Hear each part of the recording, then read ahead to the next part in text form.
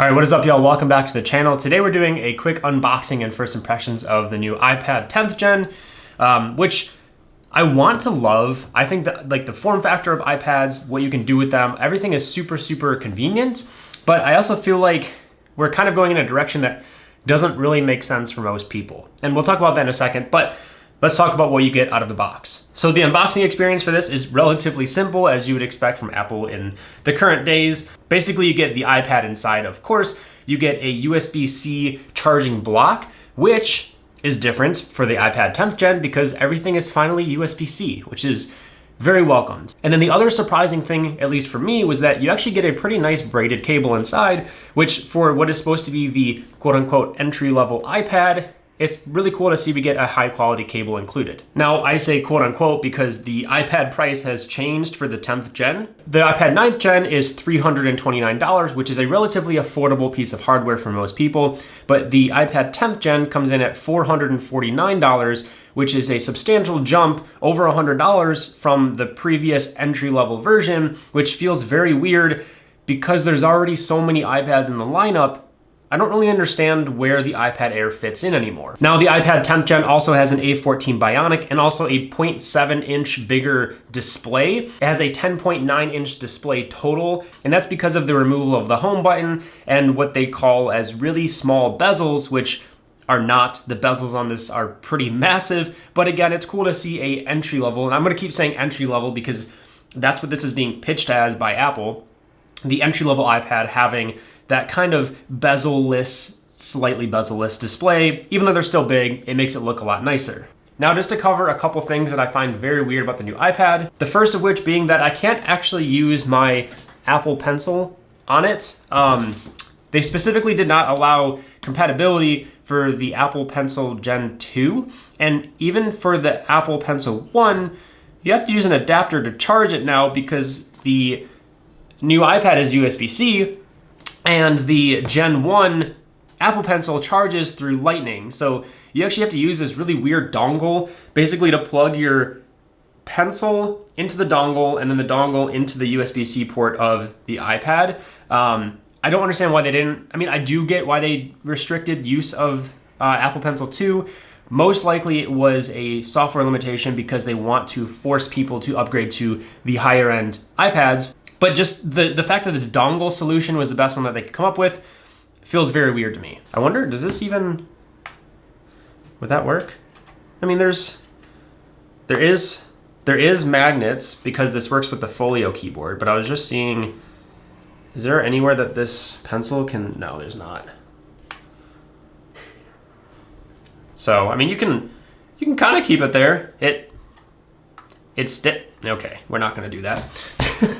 So the other thing that I was just mentioning is there are like smart magnets on the new iPad 10th gen because it does come with a new, well, it doesn't come with, you can purchase a new Folio case for the iPad 10th gen, which looks kind of similar to the iPad Pro, like smart magic Folio case, whatever they call it. But the weird thing is the new Folio case for the iPad 10th gen comes with a function row, whereas the Magic Keyboard that I have for my iPad Pro does not. So they're adding like some Pro things to the iPad 10th gen, because this case doesn't exist for the iPad Pros, but they didn't add it for the iPad Pros, but then also they didn't add the Pro Pencil support for the iPad 10th gen, which again leaves me in a what is this iPad used for state, and even more so because I talked about earlier about there's different iPads in the lineup now. We have the iPad entry level, we have the iPad Air, and we have the iPad Pro. Now the iPad Air is only $150 more than the new entry level iPad because of the price change, which kind of leaves people in a weird spot. So for only $150 more, you can get the iPad Air, which has an M1 chip, so it's gonna be faster. It has a laminated display, so the screen is just basically gonna be higher quality. You're gonna have, of course, USB-C support on the Air as well as the bezel-less design, which is the same exact screen size as the Air. And of course, you get the Apple Pencil 2 support. So for $150 more, you get a way more pro iPad than the entry-level 10th gen, because they increased the price of the 10th gen and also didn't really increase what it offers to match that. Now this is so close in price to the iPad Air, it's almost confusing about why you would even buy this one. And see right here, they have the new landscape camera. So instead of it being up top and to the side, the new camera is just gonna be straight here in the middle, which makes a lot more sense if you're doing video calls. Prop it up on your new Folio keyboard, which I think is like $400.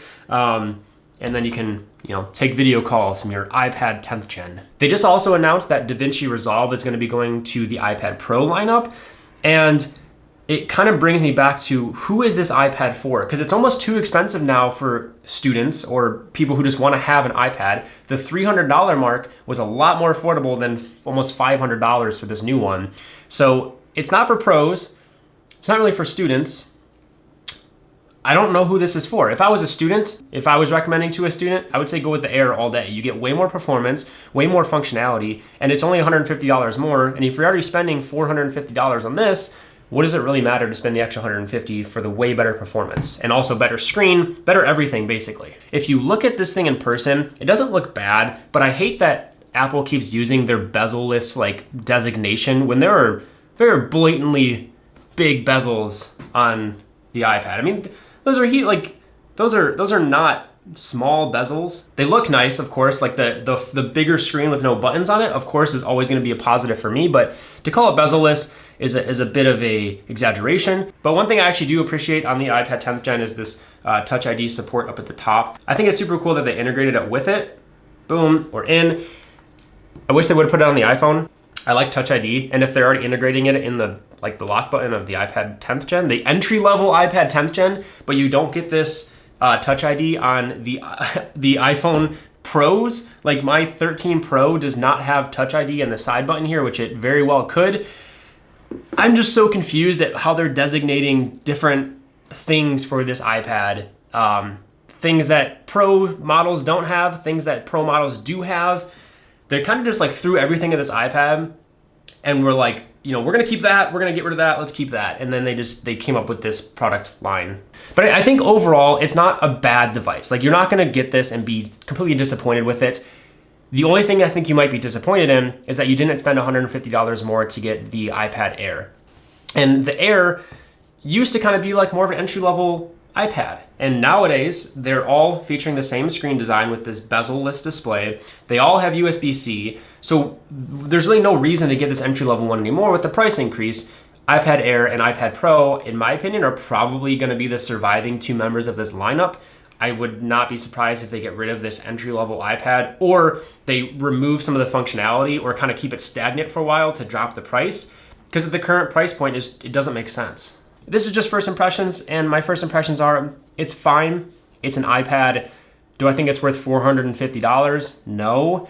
And I'm kind of annoyed that I have Pro things that I can't use on it, and I'm fairly certain these are just software restricted. Not being able to use the Apple Pencil 2 is crazy. For a $450 device, I can't use my $200 Apple Pencil. That doesn't feel great. Feels like I'm kind of being just scammed a little bit, to be honest. But yeah, I'd like to know what your thoughts are down in the comments below. This is just a first impressions. I could be completely wrong. This thing could be amazing, but we'll see in the coming days how I feel about it. So if this is interesting to you, if you want to see what happens when I do a follow-up review of this, go ahead and hit subscribe. Otherwise, I'll see you on the next one.